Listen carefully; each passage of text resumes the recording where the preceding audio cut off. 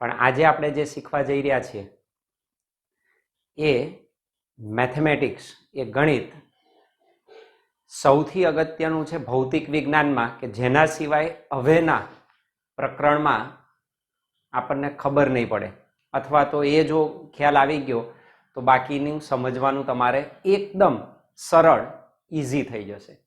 તો આજે આપણે એની વાત કરવી છે, ગણિતની, જેને કહીશું આપણે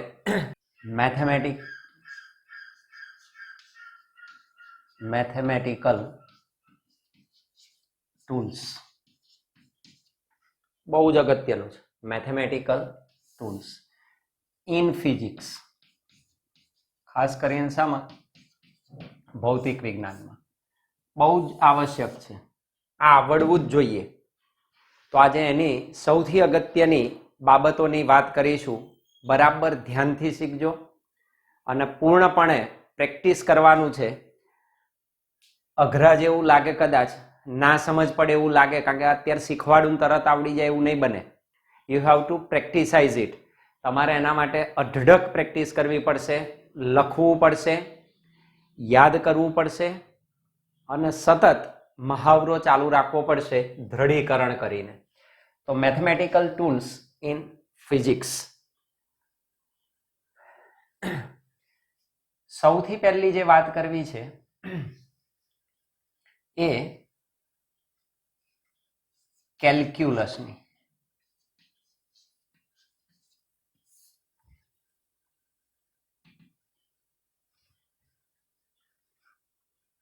કલનશાસ્ત્રની વાત કરવી છે. કેલ્ક્યુલસ, બરાબર? કેલ્ક્યુલસ એટલે કલનશાસ્ત્રની આપણે ચર્ચા કરવી છે. ગણતરીના દ્રષ્ટિકોણથી ભૌતિક વિજ્ઞાનમાં કલનશાસ્ત્ર એક આગવું મહત્વ ધરાવે, કારણ કે આપણે મોટાભાગે ગાણિતિક પ્રક્રિયાઓ ઘણી બધી કરવાની આવે, તો એમાં કલનશાસ્ત્ર ખૂબ જ ઉપયોગી નીવડશે. ત્રીજા ચોથા ચેપ્ટરમાં તો ખાસ. એટલે સૌથી પહેલો એનો આપણે પાયો બનાવીએ છીએ. આ કેલ્ક્યુલસ બે પ્રકારના શીખવાનું છે. એક છે ડિફરન્શિએશન અને બીજું છે ઇન્ટિગ્રેશન. અર્થાત વિકલન અને બીજું છે સંકલન. અત્યારે આપણું ટોટલ ફોકસ આના ઉપર રહેશે, ડિફરન્શિએશન, વિકલન ઉપર.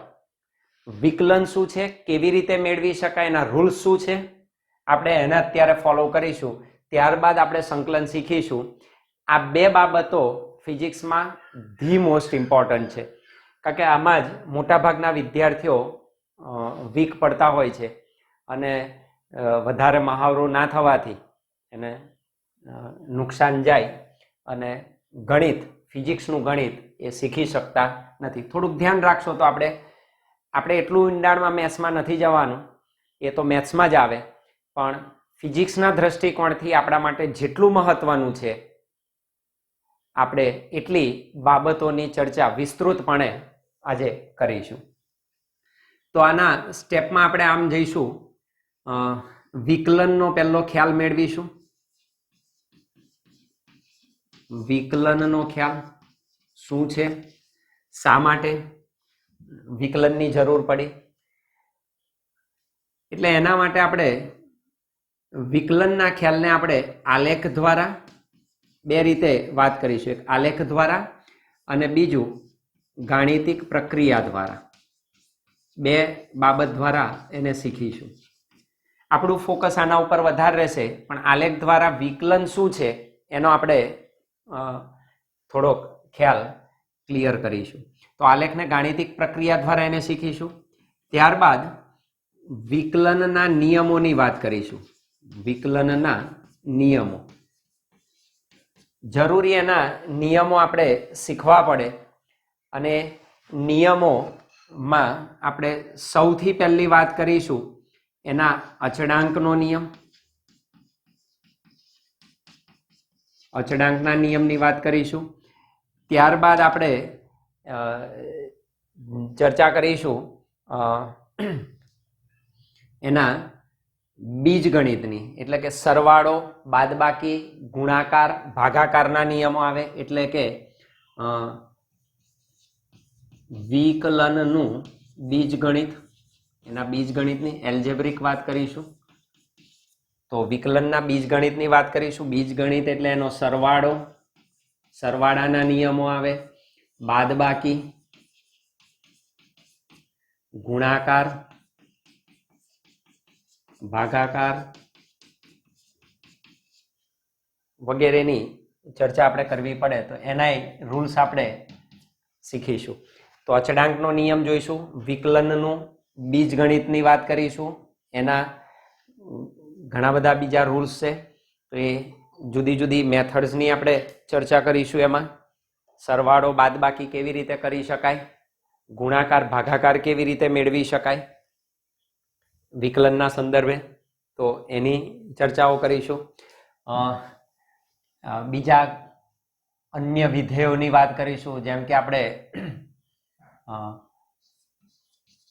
લઘુગણકીય વિધેયોની વાત કરીશું, ચરઘાતાંકીય વિધેયોનું સોલ્યુશન કેવી રીતે આવે એની વાત કરીશું, ત્રિકોણમિતીય વિધેયોની વાત કરીશું. લિસ્ટ જોઈને ગભરાશો નહીં, કશું છે નહીં, નામ અલગ કરીએ છીએ એટલે આપણને ખ્યાલ આવે કોની કોની આપણે ડિટેલમાં વાત કરવાની છે.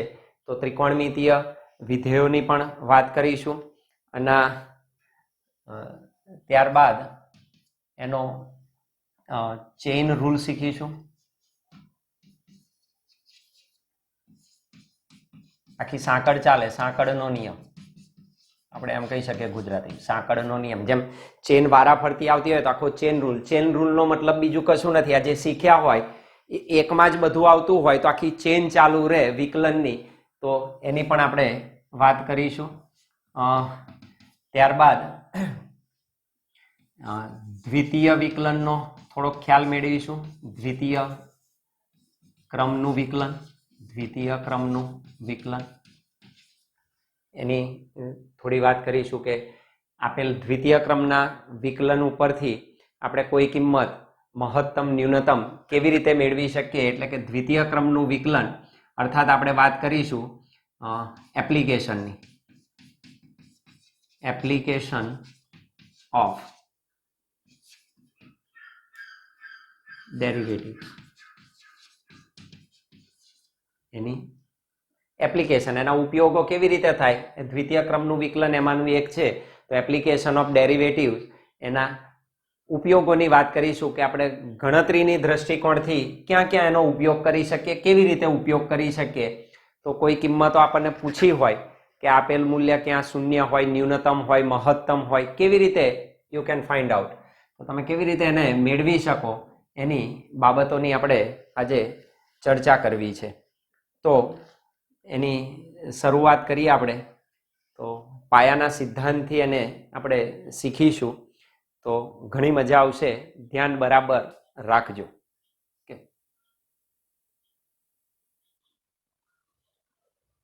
જો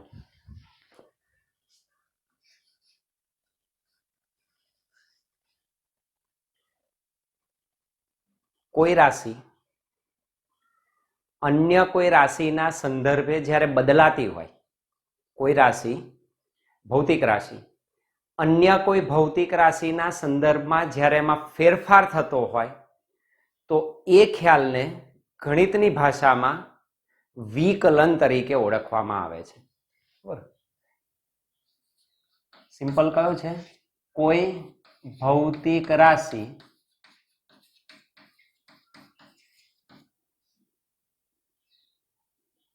मान लो कि भाई अन्य भौतिक राशि, अन्य भौतिक राशि धारो के एक्स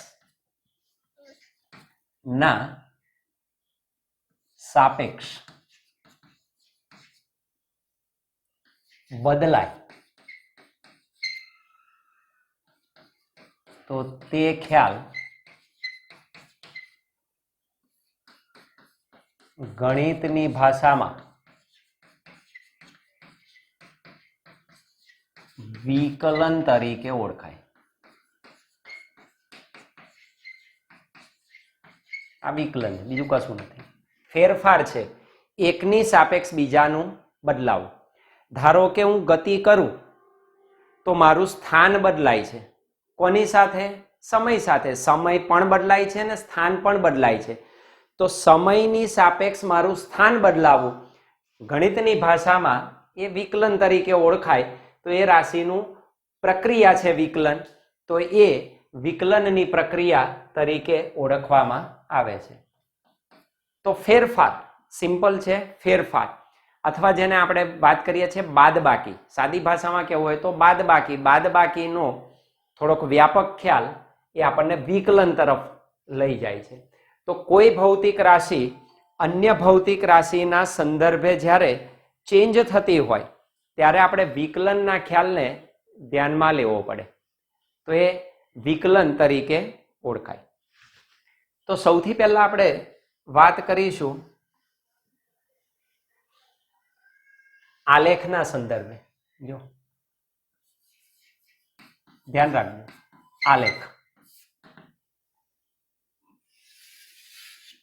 धारो के मारी पासे बे प्रकारना आलेख छे, नंबर 1 अने आपणे एनो ढाळनी वात करीशुं, स्लोपनी वात करीशुं। तो आलेखमां ढाळ शोधवो पड़े, जेने अंग्रेजीमां आपणे कहीए छीए स्लोप। तो ढाळना संदर्भे वात करीशुं। धारो के मारी पासे कोई एक आलेख छे, एक्स विरुद्ध वाय आलेख छे। आ आलेख सुरेख छे। केवो आलेख छे? सुरेख आलेख छे। आ सुरेख आलेखनो ढाळ मारे शोधवो छे। तो ढाळनो मतलब अहीं आगळ धारो के हूँ अहीं आगळ एक्स ने समांतर बीजी कोई लाइन दौड़ दઉં अहीं आगळ, तो अहीं आगळ खूणो थीटा बनावे। आ पण खूणो केटलो छे? थीटा। कोई अहीं आगळ लई लो तो आ पण केटलो खूणो बनावे? थीटा। आ बधा खूणा केवा छे? समान छे। तो अहीं आपेला दरेक खूणा केवा छे? एक सरखा छे। तो सुरेख आलेखनो ढाळ, ढाळ बराबर शुं? तो के tan थीटा। ढाळ एटले बीजुं कशुं नथी, इट इज अ टेन्जन, स्पर्शक ज छे। तो ढाळ एटले tan थीटा। अने 10मा धोरणमां तमे शीखी गया tan थीटा एटले शुं? तो के सामेनी बाजू भाग्या पासेनी बाजू। tan थीटा एटले शुं छे? सामेनी बाजू भाग्या पासेनी बाजू, एटले के लंब भाग्या समांतर घटक। तो लंब अने बेज पायानो गुणोत्तर, तो सामेनी बाजू भाग्या पासेनी बाजू ए tan थीटा आपे, ए शुं छे? आलेखनो ढाळ दर्शावे। तो आलेखनो ढाळ बीजुं कशुं नथी, that is tan theta is equal to सामेनी बाजू भाग्या पासेनी बाजू। तो अहीं आगळ ज्यारे तमे सुरेख आलेख ड्रो करो अने एना ढाळ तमे लेता जाओ तो आनो ढाळ दरेक बिंदु पासे सरखो मळे। थीटा केवो मळे? एक सरखो मळे। एटले के आनो ढाळ दरेक बिंदुए एक सरखो आपणने मळे। तो अहीं आगळ एम कही शकाय के आपेल सुरेख अथवा एने कहेवाय रेखीय, रेखीय आलेख नो ढाळ हमेशा केवो मळे? अचळ मळे। तो ढाळनुं मूल्य बदलातुं नथी, એટલે એની કિંમત કેવી મળશે? અચળ મળે। આ એક વસ્તુ થઈ। બીજો આલેખ અહીં આગળ હું ડ્રો કરું વક્ર તરીકે। માન લો કે આપણને વક્ર આપ્યો છે, x અને y અક્ષ। મને કોઈ વક્ર આપી દીધેલો, માન લો કે આ વક્ર છે। હવે આ વક્રનો મારે ઢાળ શોધવો છે। ઢાળ એટલે સ્પર્શક, સ્પર્શક અનન્ય હોય એવું તમે શીખી ગયા છો. સ્પર્શક હંમેશા અનન્ય હોય. આપેલા બિંદુ પાસે એક અને માત્ર એક જ સ્પર્શક હોય. તો ધારો કે અહીં આગળ મારે આ બિંદુ પાસે ઢાળ શોધવો છે, તો ત્યાંથી હું સ્પર્શક ડ્રો કરીશ. તો આ સ્પર્શકે બનાવેલો કોણ માન લો થીટા, માન લો કે અહીં શોધવો છે, તો આ બિંદુએ સ્પર્શક ડ્રો કરાય, તો અહીં સ્પર્શક દોરી દઈશ, તો આ ખૂણો થશે θ2. ધારો કે આ બિંદુએ મારે શોધવો છે, તો આ બિંદુએ સ્પર્શક દોરી દઈશ, તો આ θ3. તો અહીં તમે જોઈ શકો છો ખૂણા શું થાય છે, બદલાય છે. તો આપેલા વક્રમાં ખૂણામાં શું થાય છે, ફેરફાર થાય છે. એનો અર્થ કે ઢાળ બદલાય છે. તો અહીં પ્રત્યેક બિંદુએ ઢાળ વક્ર આલેખ, આ કેવો આલેખ છે, વક્ર આલેખ છે, સુરેખ નો હોય. તો વક્ર આલેખમાં જુદા જુદા બિંદુઓ પાસે, જુદા જુદા બિંદુઓ પાસે ના આલેખનો ઢાળ કેવો મળે, જુદો જુદો હોય. અહીં કેવો હતો, અચળ. અહીં કેવો મળે છે, બદલાય છે. તો અહીં આગળ આલેખનો ઢાળ, વક્ર આલેખમાં આલેખનો ઢાળ કેવો છે, વેરિયેબલ. એટલે કેવો છે, ચલ છે અથવા ચલિત છે, બદલાતો છે. It is variable. અહીંયા આગળ કેવો છે, અચળ, કોન્સ્ટન્ટ, બદલાતો નથી. આ ડિફરન્સ છે. સુરેખ આલેખનો ઢાળ ગમે તે બિંદુ પાસે કેવો મળે, એક સમાન મળે. જ્યારે વક્ર આલેખમાં જુદા જુદા બિંદુ પાસેનો ઢાળ આપણને કેવો મળશે, જુદો જુદો મળશે. આ બે બાબતને આપણે પહેલા વધુ ક્લિયર કરવી છે. આ રીતે મળતું હોય તો આપણે કિંમતો કેવી રીતે શોધી શકીએ, ઢાળ કેવી રીતે મેળવી શકાય. તો આપણે એનો ઢાળ શોધવાની કોશિશ કરીએ.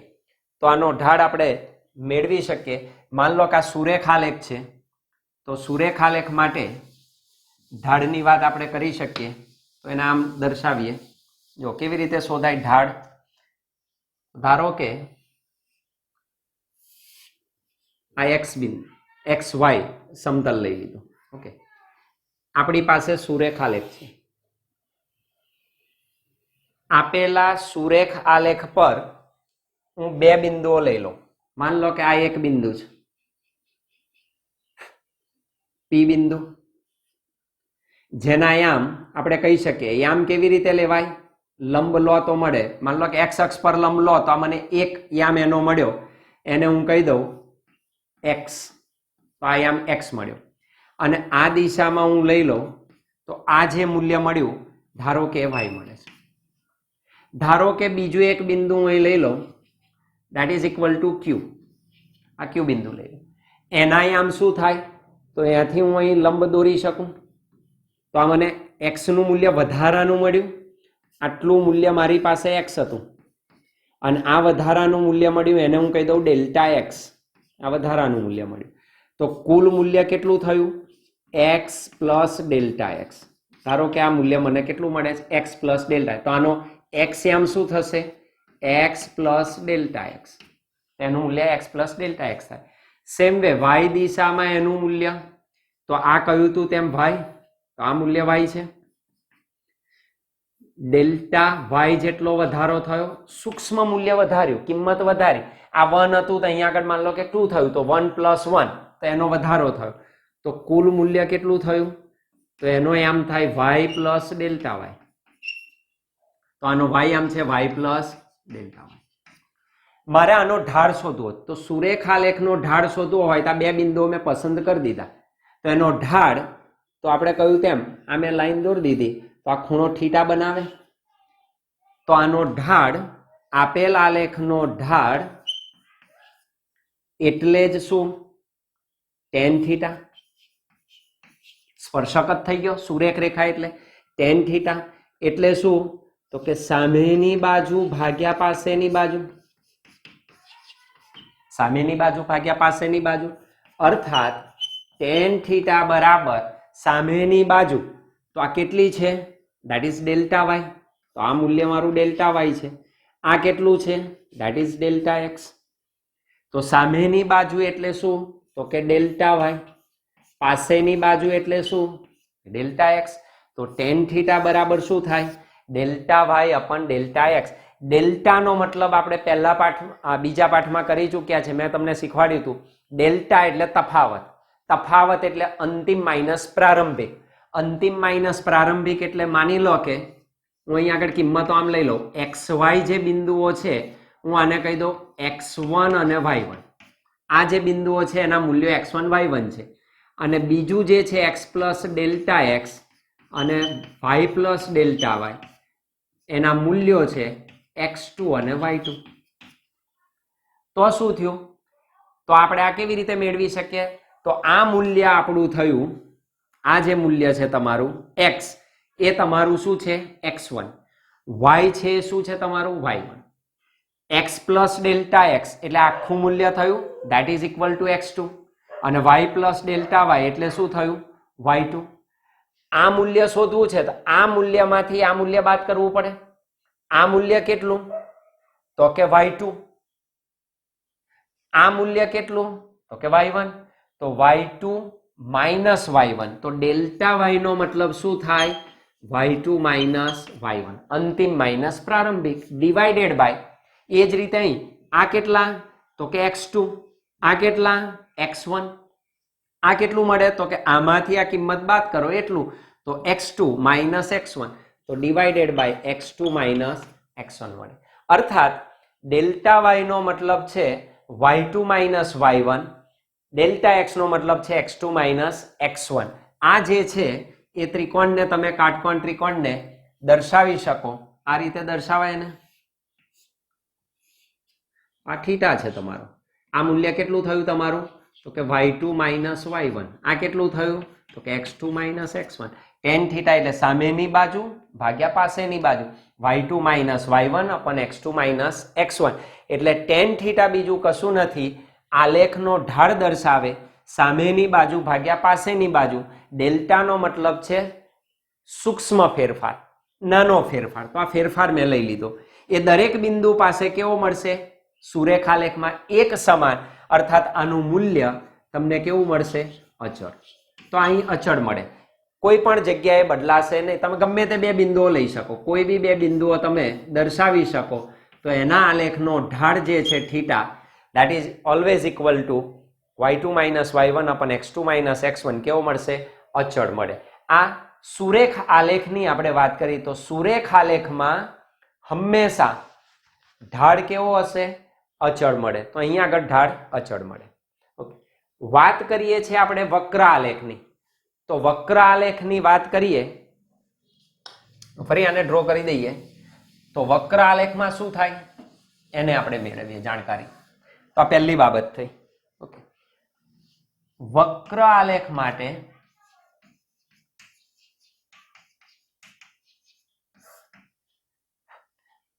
y વિરુદ્ધ x નો આલેખ છે. y વિરુદ્ધ x નો આલેખ હું ડ્રો કરી દઉં. x y સમતલ વક્ર આલેખ છે. આમ ધારો કે આનું એક બિંદુ હું લઈ લઉં, અહીં P બિંદુ, જેના આમ લઈ લઈએ આપણે x1 y1. એ જ રીતે અહીં આગળ Q બિંદુ, એના આમ છે x2 y2. હવે મારે સ્પર્શક લેવો પડે. જો અહીંથી સ્પર્શક લઉં, માન લો કે આમ લઉં સ્પર્શક, તો આ તો છેદે છે. P ને Q ને શું કરે? છેદે છે. એને સ્પર્શક ના કહેવાય. તો અહીંથી હું સ્પર્શક લઉં, માન લો કે આમ, તો આ બિંદુ તો આવતું જ નથી અંદર. તો શું કરવું? તો અહીં આગળ વક્ર આલેખમાં પ્રશ્ન ઊભો થાય કે એના દરેક બિંદુ પાસે ખૂણા કેવા છે? જુદા જુદા. ઢાળ જુદા જુદા મળે. તો શું કરીએ? તો મને આપેલા બિંદુ પાસેનો ઢાળ મળી શકે. આપેલ બિંદુ પાસેનો વક્ર આલેખમાં ઢાળ શોધવા માટે એક કામ કરવું પડે. તમે જુઓ, આ ક્યુ ને હું આની નજીક લાવી દઉં, ધારો કે આ ક્યુ બિંદુને આની ખૂબ જ નજીક લાવી દઉં અતિ ક્યુ ડેશ જગ્યાએ, તો પછી તમે જોઈ શકો તો આ સ્પર્શક તમને મળી શકે અને પછી તમે એનો ઢાળ શોધી શકો, બરાબર. અથવા તો પી ને ક્યુ ની બરાબર નજીક લઈ જાઉં, ખૂબ જ નજીક લઈ જાઉં અને એનું સ્પર્શક લઉં તો આનો પણ હું ઢાળ શોધી શકું. ક્લિયર? આપેલા પી ની પાસે ક્યુ કે પી ને ક્યુ ની નજીક જો લઈ જવામાં આવે તો આપણું કામ થઈ જાય છે, તો મને સ્પર્શક મળે. તો શું કર્યું? આપેલા પી ને ક્યુ ની નજીક કાં તો ક્યુ ને પી ની નજીક, કેવો? ખૂબ જ અતિ નજીકના અંતરે તમે લાવી દો તો હું સ્પર્શક લઈને એનો શું કરી શકું? ઢાળ મેળવી શકું, એ ખૂણો શોધી શકું. તો આપેલા વક્ર પરના શું કરીશું? બે જુદા જુદા બિંદુઓ ને એકબીજાની અતિ નજીક,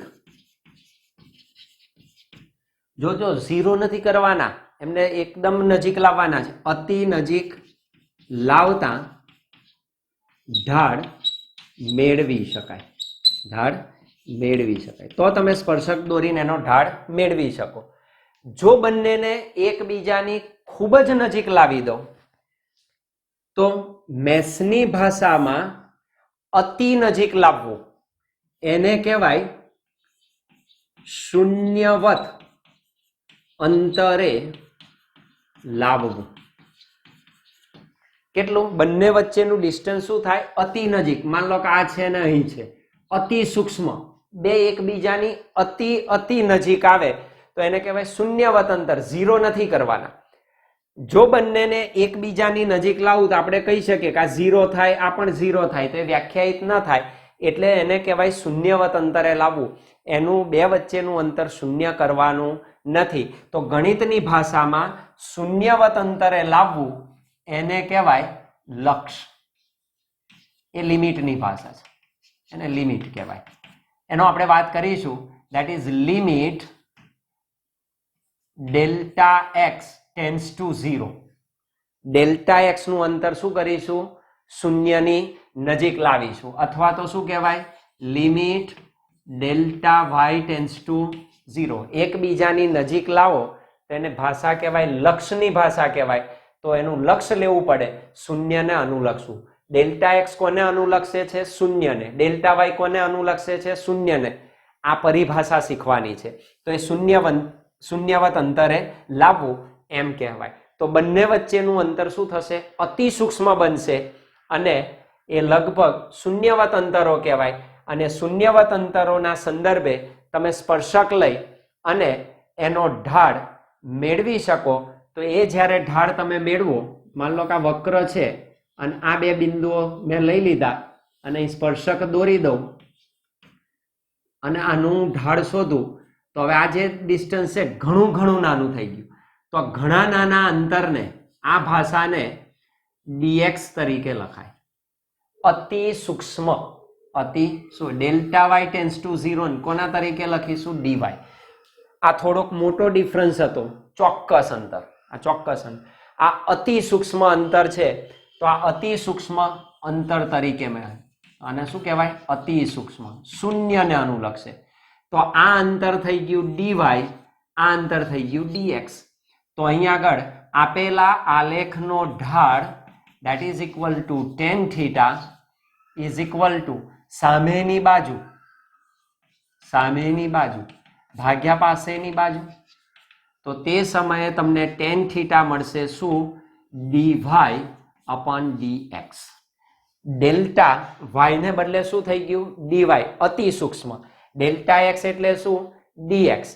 તો આ થોડોક મોટો ફેરફાર છે, ચોક્કસ ફેરફાર છે સુરેખાલેખમાં. આમાં પ્રત્યેક બિંદુએ બદલાતો જાય તો આપણે સ્પર્શક લેવો પડે અને એના માટે આપણે કામ કર્યું કે આપેલા બિંદુઓને શું કરીશું, પાસ પાસે લાવીશું તો મને કોઈ ચોક્કસ દિશા મળે, ચોક્કસ મૂલ્ય મળે, શૂન્યને અનુલક્ષે તો એ અતિ સૂક્ષ્મ ફેરફાર કહેવાય. તો આ નાનો ફેરફાર થયો ડીવાય ડીએક્સ, અતિ સૂક્ષ્મ. પેલો આટલો ફેરફાર હોય તો આ અતિ સૂક્ષ્મ ફેરફાર તરીકે આપણે એને લઈશું. તો ટેન થીટા તમને મળે ડીવાય અપન ડીએક્સ. ખાસ યાદ રાખજો, આખું બધું યાદ રાખવાની જરૂર નથી. એના પોઈન્ટ હમણાં આપણે જે નોંધીએ છીએ એ પોઈન્ટ આપણે દર્શાવીશું. અર્થાત આ ડીવાય નો મતલબ એવો નથી, it is not equal to 0. એટલે કે y2 માઇનસ y1 નો ફેરફાર 0 નથી. એ જ રીતે dx એટલે it is not equal to 0, શૂન્ય નથી બનતું. શૂન્યની નજીક પહોંચે છે, કિંમત અતિ શું થાય છે, સૂક્ષ્મ બને છે. એ તમારે શબ્દો યાદ રાખવાના છે. એટલે ઇટ ટેન્ડ્સ ટુ 0 બદલાય છે. તો શું થયું, આપેલો y બદલાય છે કોના સંદર્ભે, x. હું x નું મૂલ્ય બદલું તો કોણ બદલાય છે, y બદલાય છે. તો અહીં આગળ x ના સંદર્ભે y માં થતો ફેરફાર દર્શાવેલો છે. અને આ ભાષાને વિકલનની ભાષા તરીકે આપણે ઓળખીશું. જ્યારે શૂન્યવત ફેરફાર કરીએ ત્યારે આપણને વિકલનનો સંદર્ભ મળે છે. આ પણ એ જ છે, પણ આ મોટો ફેરફાર છે. તો આ આપણને સરેરાશ તરફ લઈ જશે. તો આ જે બાબત છે આપણને સરેરાશ મૂલ્ય આપશે અને આ બાબત જે છે એ જે તે બિંદુ પાસેનો ફેરફાર દર્શાવે. આ જ બિંદુ પાસેનો, આ થોડોક મોટો છે, આ જે તે બિંદુ પાસેની વાત આવે ત્યારે તમારે વિકલનનો સંદર્ભ લેવો આવશ્યક છે. એટલે અહીંયા આગળ કોઈ પણ બિંદુ પાસેનો ઢાળ, યાદ રાખવાનું આટલું જ છે ખાલી, કોઈ પણ બિંદુ પાસેનો ઢાળ, કોઈ પણ બિંદુ પાસેનો ઢાળ એટલે શું યાદ રાખશો, ટેન થીટા. એટલે શું, તો કે dy અપન dx. શું બોલાય, dy અપન ભાગ્યા x નો ફેરફાર. તો આપેલો y x ના સંદર્ભે શું થાય છે, ચેન્જ થાય છે, બદલાય છે.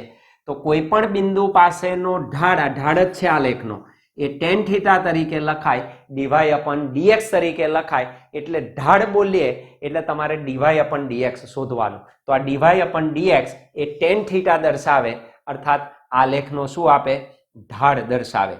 તો dy અપન dx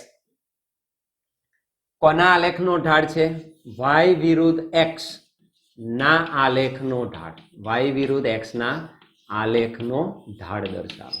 તો આ y વિરુદ્ધ x ના આલેખનો ઢાળ રજૂ કરે છે. અથવા એને શું કહી શકીએ આપણે, dy અપન dx ને શું કહીશું હવે, મેં તમને કહ્યું y નો ફેરફાર થાય છે કોની સાપેક્ષ, x ની સાપેક્ષ. તો y ના x ની સાપેક્ષ, y ના x ની સાપેક્ષ ફેરફારનો દર, y ના x ની સાપેક્ષ ફેરફારનો દર છે. તો x ના સંદર્ભે y માં ફેરફાર થાય છે. તો y ના x ની સાપેક્ષ ફેરફારનો દર. તો આપેલો y x ના સંદર્ભે બદલાય, તો હું x નું મૂલ્ય બદલીશ તો y માં શું થશે, ફેરફાર થશે. એને વિકલનની ભાષામાં dy અપન dx તરીકે લખી શકાય. તો કોઈ પણ બિંદુ પાસેનો ઢાળ એટલે ટેન થીટા, એટલે જ dy અપન dx. ઢાળ જ શોધીએ છે આલેખનો. ઓકે, કેમ કરવું પડ્યું, આ એનું કારણ છે, એનું રીઝન છે. સુરેખાલેખ અચળ ઢાળ મળે, વક્ર આલેખ બદલાતો મળે. એટલે આ બદલાવ છે y નો x ના સંદર્ભે આપેલા બિંદુ પાસેનો. તો આને વિકલનના ભાષામાં આપણે દર્શાવ્યું એમ કહી શકાય. તો આ વિકલનની ભાષાની શરૂઆત થઈ. તો આ વિકલન છે.